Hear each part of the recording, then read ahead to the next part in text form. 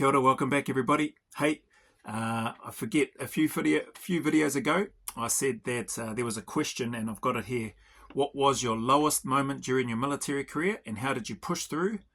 And I've made a little note. I need to elaborate more on this because I sort of touched on it, and it was in regards to the way that I left the military, and in particular the way that I left the Special Air Service in Australia. So here it is. I think the title of this video will be called Don't Be Like Me. And I'll look to try to delve into that now. So I can close this screen because I've asked the question, what was your lowest moment during your military career? And we're going from shooting from the hip, talking from hopefully some wisdom and some experience learnt over time, and speaking from the heart. So what happened? Lowest moment, one of, and I think I'd mentioned that there was a couple, but this one really stands out. So in my time after we had come back from Iraq in 2003, things were good. We were sort of training, carrying on, business as usual. I was loving it. Loved the job, loved the place, loved the men there, loved the culture, everything about it. And then I got put onto a subject course for promotion, a subject sub 1 or sub 2, whatever it was, for corporal anyway. It doesn't mean you're going to get promoted, so it doesn't mean that. It just means that you go through and you tick the boxes. But here's where my pride and ego and my thought was after, for me, feeling somewhat entitled, the fact that I jumped through all these hoops to get to where I now was in the Australian Special Air Service Regiment, and still, clearly still some growing up to do, and some humility to learn as well. I would say for me. Anyway, got there, got put onto this course. I didn't want to do it. It was no secret that I didn't want to do it. I was quite happy staying a trooper, which is equivalent to a private, for the rest of my career, however long that was going to be. I had no interest in doing anything that was what I sort of considered Green Army or rest of the Army. I was like, I understand drill and all that sort of stuff was all part of it, parades, all that sort of thing. Like that's all part of the General Army to get through, to get to where I wanted to get to. One of the things that I loved about the unit is you don't salute officers. It's very casual, but still respectful. So, you're still acknowledging the position that the various members within the unit have, etc., etc. I still didn't get that, I got that, but I still didn't get how we're still a part of the army. So I knew that we were still a part of the army, but I guess what I'm trying to get at is that I didn't want to acknowledge that there were these courses and other aspects of the army as a whole that we still needed to do. I thought once I got in that I could just stay under the radar, not be put forward for any courses and all that sort of thing. But, my leaders, bless them, they tried everything and they put me onto the course. Anyway, I went, didn't enjoy it. I wasn't enjoying it. I felt like, to me, I was like, this is worse than basic training. I was like, we've just come back off operations as well. Why am I here? I want to be back in the squadron, in the regiment, just preparing for the next job. That's all I wanted to do. So in my small, naive brain, I felt once I was in, then that's all I should be doing. I felt like that's all I needed to be doing. I felt like I owed it to the unit to just be used for the job, and not used as in, just a blinking piece of rubbish or just to throw away or whatever. That's not what I mean by it anyway. But I wanted to be used just for jobs. Like, let's get ready for the next job. Let's get ready for the next deployment. Let's get to the range. Let's do all the stuff, do all the MOE. Let's do all the different options. Let's do all the training that we may need to implement or use on any given day or on any given job, whether it be domestic or international. And so that's where my mind was. As I had no time, or I felt like I had no time to do anything that wasn't geared towards helping, that wasn't geared towards me helping my team prepare for operations. There was nothing else in my, once I made it to the unit, there was nothing else in my vision and my scope. Not promotional courses over here, not this stuff over here, like just the unit and just what the unit needs me to do. Well, there in that comment there that I just shared, what the unit needs me to do. The unit needed me to go and do that course. The unit expected me to go and do it because, as far as I know, they never had any issues with it. And I 100% could have done that course. I went, I didn't like it. I said, I'm coming back. I called and spoke with my SSM, or I got a call. I think I called, or he called the camp that I was at on the East Coast. Spoke with him. He tried to get me to just stay there, just do the course. It's sort of like NZ, when I was too pig-headed to go back on the cycle the following year.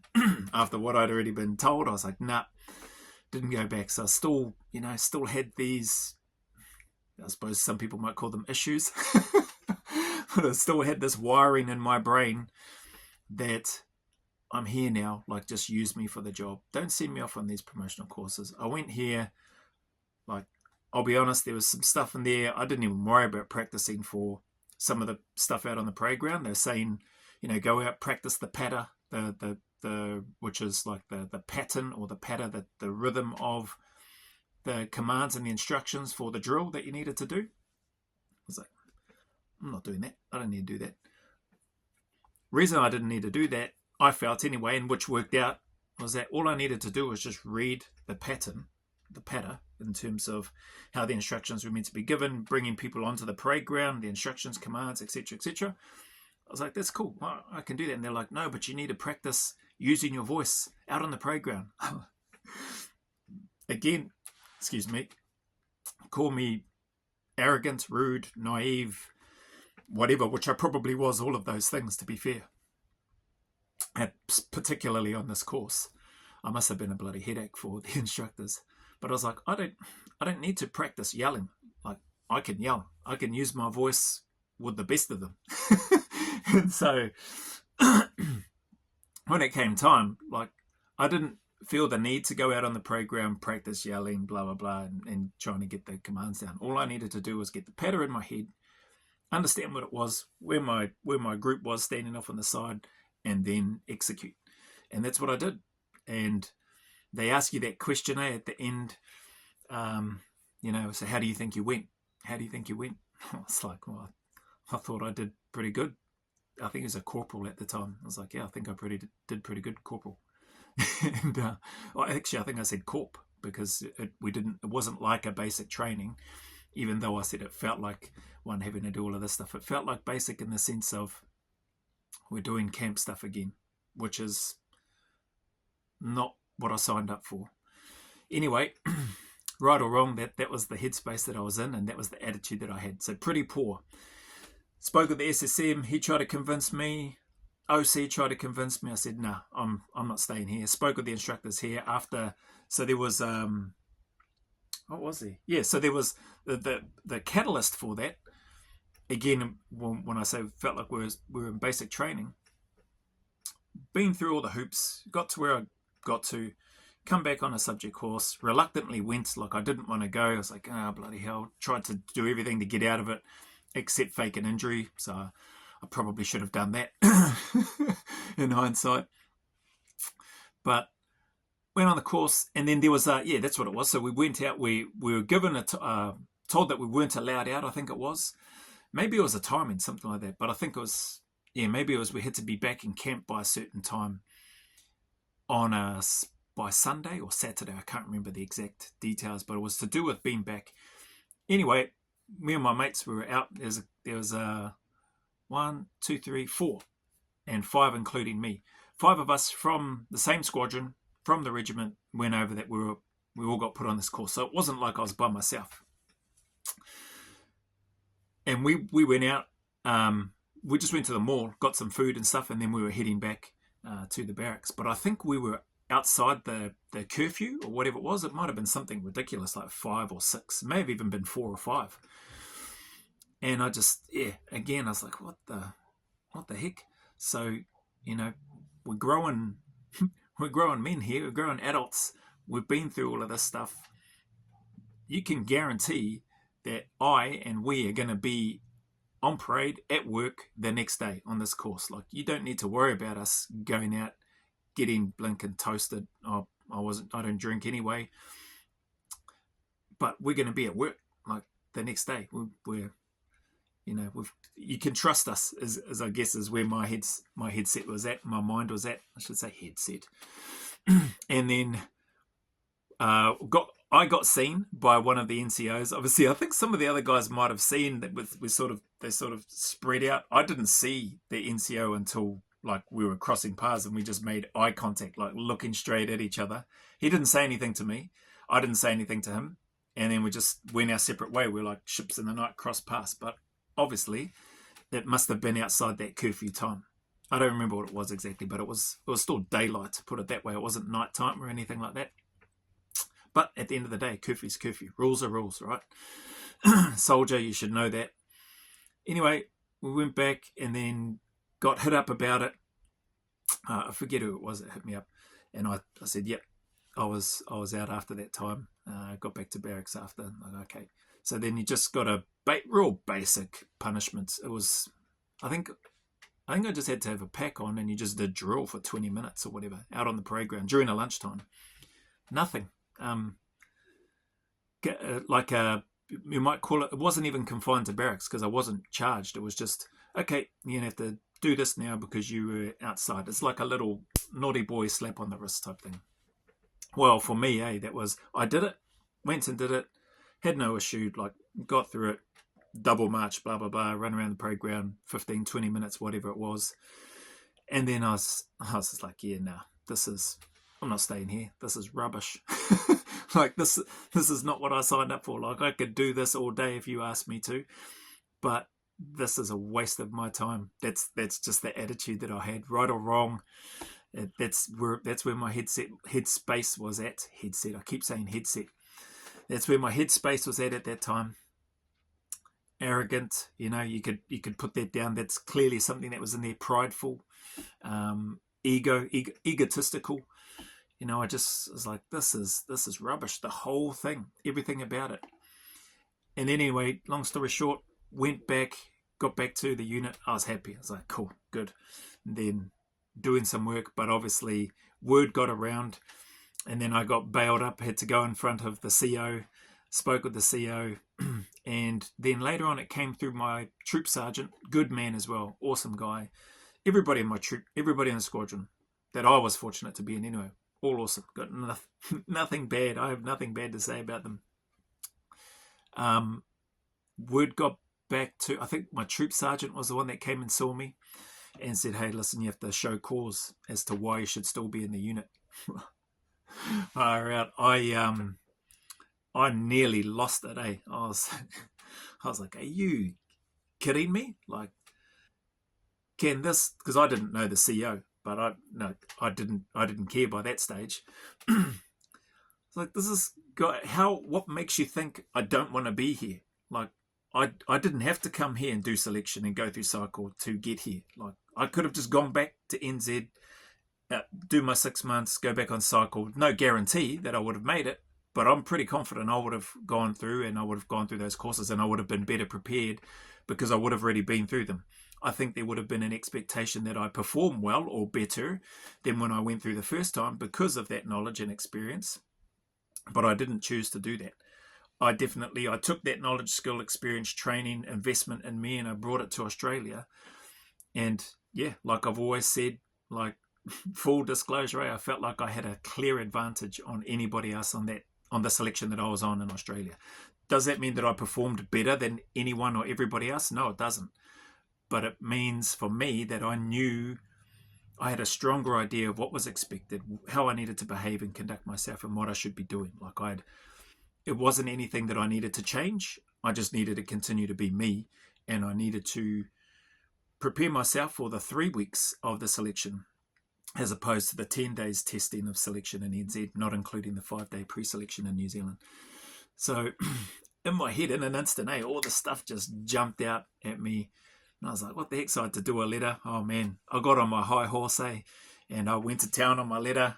writing that. Geez, I'm wondering if I had it handwritten or if I typed it out and then printed it. I think I may have handwritten, then typed, and then printed it. Anyway, I had a few things in there, eh? I wish I still had that letter. I don't know if the unit still has it, or I don't know if my old troop sergeant still has it, but I know I didn't make me a copy. And whatever device I typed it up or wrote it out on, I don't have it. I don't have that device anymore. So wherever it is, it's somewhere maybe. But I went to town on that letter to the point where my sergeant said, "We can't give this to the CO." Now, I wasn't abusing or swearing at the CO or anything in the letter. I know I didn't do any of that because I didn't speak to any of my leaders or anything like that while I was in there anyway, and not even to my friends. So I wasn't doing that sort of stuff, at least not whilst I was there anyway in Australia. And so, where was it? Yeah, said no. I think there was some concerns for me from my troop sergeant, good man. I don't know who requested it, but he ended up being a psych, an independent. Yeah, I don't know if it was a psych or maybe just a social worker, something like that. Must have been a psych, I'm sure. Anyway, they asked some questions, and I just gave the same answers about why it is that I felt that I should be there, why I felt I'd proved that I wanted to be there, and what's wrong in my small brain at the time, what's wrong with just wanting to prepare, to be as prepared as I can, to be better effective within my team, to prepare for operations, to deploy. Like, in my head, there was nothing wrong with that.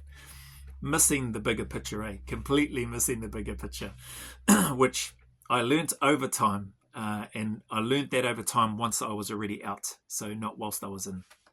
My leaders, they all tried to give me the bigger picture while I was in, but blanking pig-headed, stubborn Joe wasn't having any of it. I was like, no, I don't just use me as a trooper. And I remember saying, I think I might have even written this in the letter. I distinctly remember verbalizing, and I'm sure I put this in the letter, like, you will get at least another 7 to 10 years out of me as a trooper in the job. That's what I wholeheartedly believed. Like, just as physically, I can do this job. I'll do this job until I blink and can't do it anymore. Just utilize me as a trooper, and I don't care about rank or anything else. And I did have some of my leaders saying, "Oh, what about the next cohort will come through cycle that may be 2, 3, 4 cycles after yours, and then next minute they're your leader, they're in charge of you." I was like, that doesn't bother me. That doesn't bother me at all. Like, in my head, I was like, I don't need rank to be a leader, and if they're good at their job and they've earned that, then they're going to have my respect anyway. I'm still going to add my voice to the situation if I feel I need to.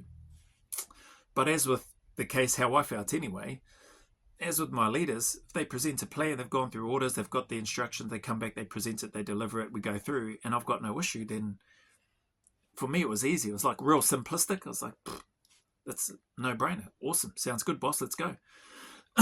So my leaders wanted the other aspect of that, so they put that forward. The other aspect of that, which I thought about later, I still couldn't hear it at the time. So this is why I say, don't be like me. Anybody that's new that gets into the unit, you take every opportunity with both hands, and you just make the most of them. Go and blitz the course. Like, don't pack a sad and have a sook and then go, nah, I'm not staying here, this is rubbish. So that's what I missed sight of. So my bosses, my leaders, I remember 2 of them, my OC and the SSM were there at the time. And I distinctly recall my OC speaking, Burnsy at the time, awesome man, a good man, speaking in terms of around leadership and the regiment and the unit needing leaders for the next wave, the next generation and stuff coming through. And I still, like, I can only now faintly hear those words and think, man, yeah, okay, I hear you, boss. I hear you, but I couldn't hear you back then, but I hear you now. You know what I mean? So I just wasn't ready or receptive and didn't have the humility to take advice, that counsel from my leaders, who I guess saw something in me, for starters, for putting me forward to go on that course with 4 of my other mates from the same squadron and same unit. And I didn't have the humility or the ears to hear what it was that they were saying in terms of thinking of the next generations coming through. I've only thought of that since I've been out, Not just recently either, like this, going back years now. I've been out for, Lincoln heck, I've been out for over 15 years now. And so thinking back and reflecting on that many, many, many years ago, I was like, oh man, yeah, I hear you now, boss. I'm sorry I didn't hear you then, but I hear you now. And so that took a little bit of time for me to reconcile and go, Lincoln,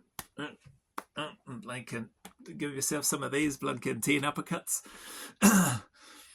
But thankfully, over time, I was able to put that to bed and go, oh, well, you know what? Bloody hell, you should have been smarter back then, mate. The unit has spoken each time when I watched the SAS selection courses, like the Search for Warriors in Australia, the First Among Equals, and it talks about, high intellect and that sort of stuff. I was thinking, well, there's probably always 1 or 2 that slip through the hinaki, slip through the net.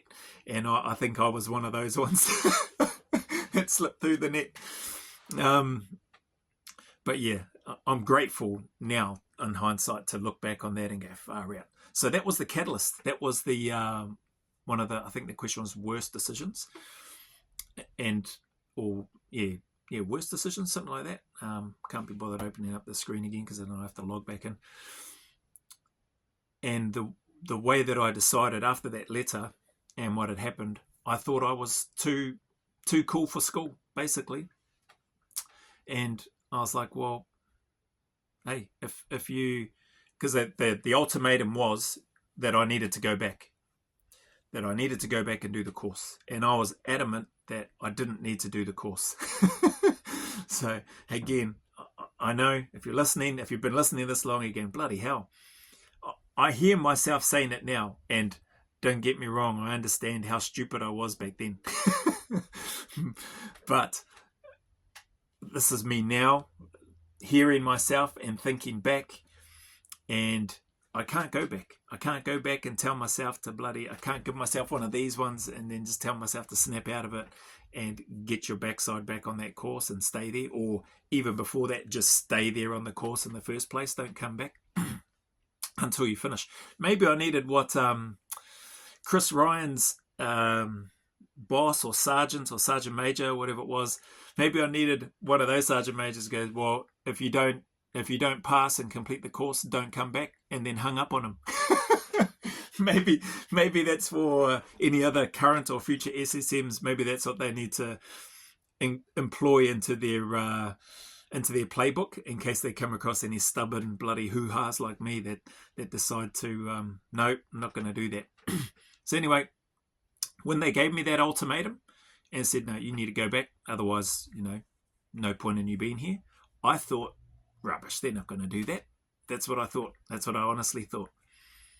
I thought, nah, they've invested too much time, effort, energy, money, everything. They've invested too much time. Like, they wouldn't do that. So anyway, when that happened, I decided, oh, well, I'll call their bluff. I'll discharge. Well, and the rest is history. So I discharged. Nobody came saying, oh, stay, blah, blah, just stay, don't worry about it. Okay, we won't send you. This is what I thought would happen in my young, naive brain. I thought they would go, nah, let's just tell him to stay. Let's get him to stay. And maybe, I was thinking that they might think, maybe he might change his mind down the track. And then we can put him on the course or whatever. And no, that didn't happen. I put in my papers, and they're like, my troop sergeant, awesome man. He tried, man. And I think behind the scenes, others there likely tried as well. But I think they thought, well, let this young fella, let this blinking crazy ball go with what it is that he's wanting to do, and let's see how it works out for him. They may have even thought that I was going to come back, because a number of people had discharged and then gone back to the unit. A number got out to go work private security, as an example, and so that was all around the time when I was getting out to go over and do the circuit as well. And then guys did that, and then they came back to the unit, just looking at the time. So maybe they thought I was going to do that, and then, you know, I might have grown up a bit by then. To be fair, I had grown up a bit by then, and the thought did cross my mind, and I think I've mentioned it in another video. But because of the promise that I'd already made as well, I said, when I get out, like, I'm out fully, and I'm not going to be 1 foot in, 1 foot out. I'm not going reserves or anything like that. When I get out, I'm out fully, and I won't be going back. So that was one of the ones I was saying, I'm thinking, what did I make that stupid promise for, in hindsight, after? But I'm glad that I've been able to stick to that, or that I have stuck to that. That I did stick to that. And yeah, everything's worked out the way it was supposed to be. But in terms of that approach, and why I say don't be like me, anybody that's looking to go into the unit, anybody that's in there, anybody that's going, stuff this, I want to be, you know, I don't want to do any of those courses. I just want to stay as a trooper. Man, any course, like I said, that you get put on, just grab it with both hands and go and thrash it, go and smash it. Going through selection, cycle, all that sort of stuff. The rest of the courses in the Army, in my opinion, not that I've done all the other courses in the Army, there's obviously some good challenges like snipers courses and that sort of stuff, which would be cool to do, and their hard work, etc. Patrol commanders courses, all that sort of thing. There's some elements of the courses which would be, you know, challenging and difficult in their own right. But if you've gone through selection and cycle, like, just embrace any of the courses that you get put on or that you want to do. Yeah, embrace those. Don't be like me. So anyway, I share that. I think that's probably the main bits of the detail. Basically, in summary, I got put forward for a course. I went on the course with other colleagues of mine from my squadron and from the unit. Basically, I didn't like it. I thought, this is rubbish. This is all camp stuff. There was going to be a field exercise, but I thought, that's a load of rubbish. And so I wasn't feeling that. I felt entitled. So I had a sense of entitlement, like, I've done all this stuff to get to where I am now in the regiment. Just use me for preparation for operations. Like, I don't need to do anything else. I don't care what other courses are happening over there.